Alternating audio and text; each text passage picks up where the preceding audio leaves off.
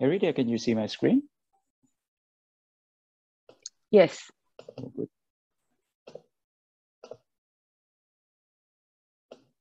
So I will have a short presentation about ocular surface construction in glaucoma surgery. This is a 51-year-old female patient referred from a private room due to the hypotony and severe conjunctival breakdown after a glaucoma drainage device surgery.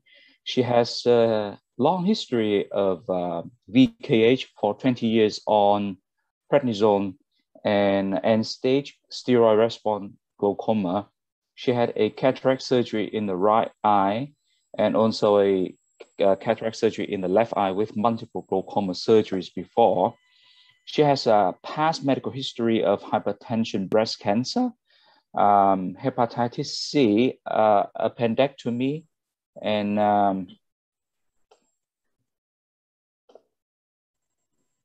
hysterectomy. And currently, she had an experimental glaucoma drainage device implant in her left eye. The device is in a bolster form with cannula inserted on 29th of July this year. And before the surgery, the pressures were at mid-40s, both eye.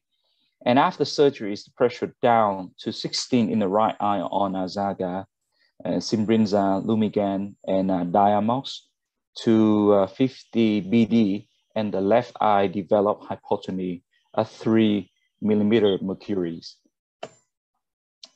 On examination, we found the right eye has a vision 612, pinhole 69, and no liposuction in the left eye.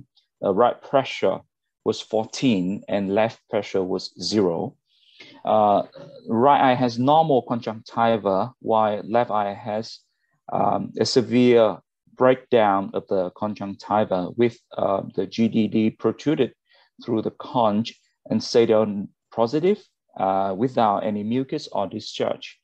The cornea is clear in the right, hazy with decimate fold in the left, and especially the tip touching the endothelium. And the anterior chamber is deep and quiet in the right and 100% collapsed in the left. The iris is reactive and flat, reactive and round in the right eye, and non-reactive in the left eye. The right eye has the center PCIOL and similar to the left. Right eye has flat retina, a very advanced glaucoma disc with Kapis ratio about 0.9, superior and inferior thinning rim, and lamina cribrosa exposed. And I could not see anything in the left fundus. This is the pictures of the left eye.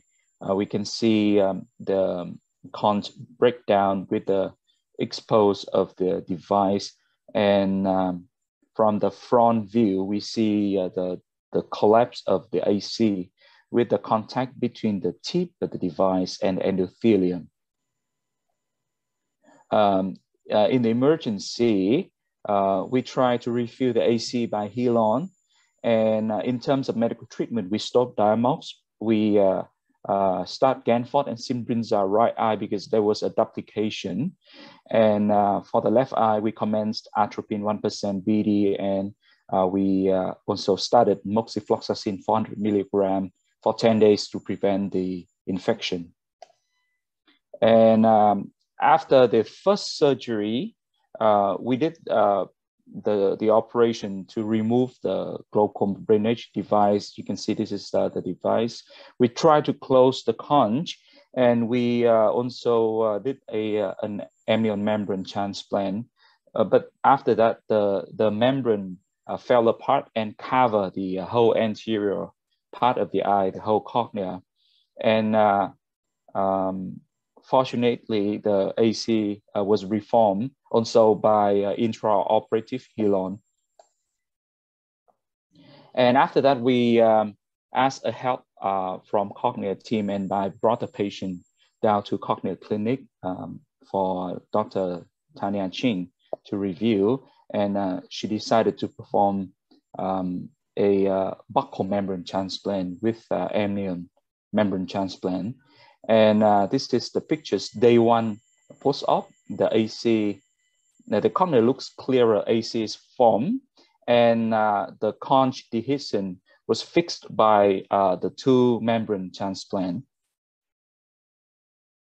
And after the second surgery, the pressure was 12 in the right eye on drops and no diamox, and 5 on the left eye with eye care.